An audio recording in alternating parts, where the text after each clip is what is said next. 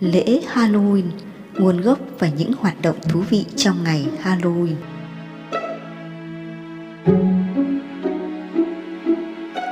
Chào các bạn, Halloween là ngày lễ lớn ở các nước phương Tây, cũng đã du nhập và ngày càng được đón nhận tại Việt Nam.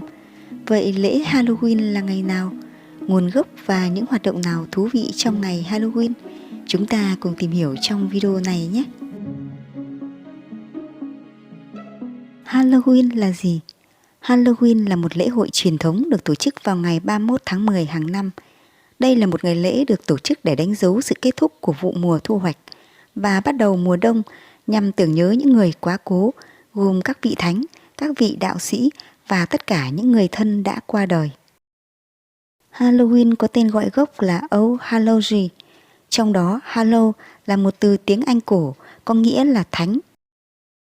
Còn trong tiếng Scotland, từ Eve chính là even, chiều tối trong tiếng Anh. Trải qua nhiều thế kỷ, All Hallows dần trở thành Halloween và là tên gọi chính thức trên toàn thế giới.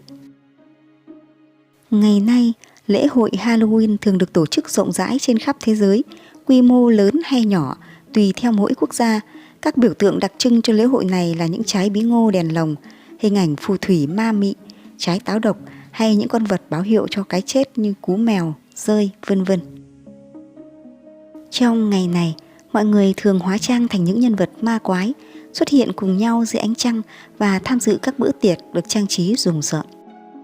Nguồn gốc lễ Halloween. Halloween ngày nay bắt nguồn từ dân tộc Celtic, hay còn gọi là Celter, một dân tộc sống cách đây hơn 2.000 năm trên các vùng đất, bây giờ là Anh Quốc, Ireland và miền Bắc nước Pháp. Dân tộc Celt bắt đầu năm mới của họ vào ngày mùng 1 tháng 11 theo dương lịch. Vào đêm trước năm mới, họ đã cử hành một lễ hội có tên là Samhain. Lễ hội này báo hiệu sự bắt đầu của mùa lạnh, của những tối tăm và thường được liên kết với sự tàn tạ và sự chết chóc của loài người. Người Celt tin rằng vào đêm trước năm mới, ranh giới giữa thế giới của người sống và người chết trở nên mờ nhạt. Các linh hồn người chết có thể quay trở lại trần gian, nên họ thường đốt lửa sáng và mặc những trang phục để xua đuổi tà ma hay đón người thân về nhà trong đêm lễ hội này. Vào thế kỷ 18, Giáo hoàng Gregory III đã chỉ định ngày mùng 1 tháng 11 là thời điểm để tôn vinh tất cả các vị thánh. Chẳng bao lâu sau, ngày lễ các thánh kết hợp một số truyền thống của lễ hội Samhain cổ đại được đặt lại với cái tên là All Hallows và ngày nay là Halloween. Halloween đến Mỹ do những người di dân đầu tiên, đa số từ Anh Quốc và một số từ các dân tộc Celtic. Nhưng vì lý do tín ngưỡng bị giới hạn, các tôn giáo lớn đưa ra giới luật tương đối chặt chẽ, nên việc cử hành lễ hội Halloween chưa được phổ cập trong dân chúng. Mãi đến năm 1800, Halloween mới được nhiều người biết đến và hưởng ứng. Truyền thuyết thứ hai kể rằng, xưa kia ở vùng đất Iceland có một chàng trai xấu xa, keo kiệt, buồn xỉn, tên là Jack. Anh ta không muốn chơi với bất cứ ai vì sợ họ nhòm ngó của cải tiền bạc của mình. Dân làng cũng chẳng ai muốn chơi với anh ta. Jack chỉ có một người bạn là một con quỷ trông coi địa ngục. Hai tên này thường chơi đùa với nhau vào những đêm trăng thanh gió mát. Một hôm, trong lúc con quỷ kia đang quấy nhiễu phá phách làng xóm, nó bị các pháp sư bắt được và giam giữ. Jack đã phát hiện và tìm cách giải thoát cho con quỷ. Để trả ơn, con quỷ hứa sẽ không bắt linh hồn của Jack xuống địa ngục.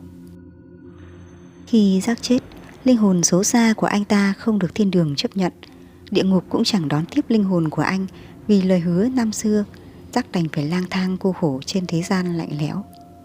Quỷ thấy tội nghiệp Jack mới lấy một quả bí ngô, lấy hết ruột, cho một ít than hồng vào trong và khoét vài cái lỗ để duy trì lửa cháy, sưởi ấm cho Jack trong hành trình lang thang vô định của anh ta trên thế gian.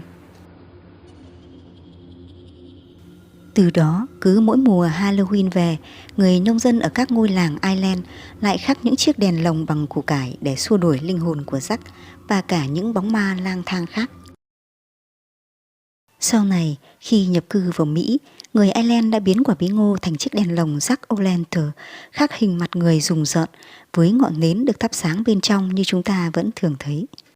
Hơn nữa, khi thắp đèn trong quả bí ngô, họ thấy sáng hơn là thắp đèn bên trong củ cải, khoai tây hay bí đao, nên quả bí ngô trở thành biểu tượng cho ngày lễ Halloween. Theo thời gian, lễ hội Halloween đã trở thành lễ hội truyền thống ở nhiều quốc gia trên thế giới. Người ta tin rằng những chiếc đèn lồng làm từ quả bí ngô sẽ xua đuổi ma quỷ và mang lại nhiều niềm vui cho mọi người. Thông qua lễ hội này, người ta cũng đưa ra một số ý nghĩa mang tính chất giáo dục, đặc biệt là đối với trẻ em. Thứ nhất, không nên sống tham lam, ích kỷ như tràng rắc. Thứ hai, khi sống cần phải có hàng xóm láng giềng, phải có niềm tin vào cuộc sống, tôn kính tổ tiên và các tiền nhân.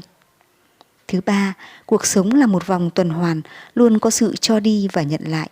Chúng ta cần phải cho đi để được nhận lại. Những hoạt động thú vị trong ngày Halloween. Hoạt động hóa trang. Hoạt động cho ngày Halloween không thể bỏ lỡ chính là những màn hóa trang biến hóa, sao cho thật kinh dị và rùng rợn. Cách hóa trang ma mị nhất trong ngày Halloween là tông trắng và đen, cùng với những vết nứt, vệt máu được tạo hình trên khuôn mặt sao cho càng quái đản thì càng tốt. Và một gợi ý khác đang được vô cùng ưa chuộng bởi giới trẻ, đó là cosplay lại các hình ảnh ca sĩ, ngôi sao Hollywood cho tới các nhân vật hoạt hình. Hoạt động khắc bí ngô. Bí ngô là biểu tượng của lễ hội Halloween. Tham gia khắc những quả bí ngô với nhiều khuôn mặt hình thù quái dị là một sự thú vị mà bạn nên thử. Hoạt động gõ cửa xin kẹo. Thực tế thì ở Việt Nam trò chơi này không phổ biến, nhưng ở nước ngoài bạn sẽ dễ gặp những đứa trẻ ăn mặc kỳ dị đi gõ cửa xin kẹo khắp nơi. Hoạt động lấy táo. Chỉ cần một thau nước đầy, sau đó thả những quả táo vào, người chơi sẽ thi nhau lấy quả táo ra khỏi thau nước bằng miệng. Ở phương Tây thì họ cho rằng đây là một nghi thức cầu may chứ không đơn thuần chỉ là một trò chơi. Trong dịp lễ Halloween, các món ăn thường được chế biến để thưởng thức như súp bí đỏ, kẹo táo, bánh linh hồn và đặc biệt là hai món ăn câu cannon và bam brak. Đây là hai món ăn truyền thống rất đặc biệt trong mùa Halloween vì người nấu thường giấu trong đó một bí mật, ví dụ như một đồng xu, một chiếc nhẫn hay một lá bùa may mắn. Nếu người ăn phát hiện ra thì người ăn sẽ được tin rằng sẽ rất may mắn. Các bạn thân mến, các bạn đã chuẩn bị gì cho mùa Halloween chưa? Cô giáo Mignon trân trọng cảm ơn bạn đã lắng nghe. Chúc bạn có một mùa Halloween vui vẻ và may mắn. Xin chào và hẹn gặp lại các bạn ở những video tiếp theo.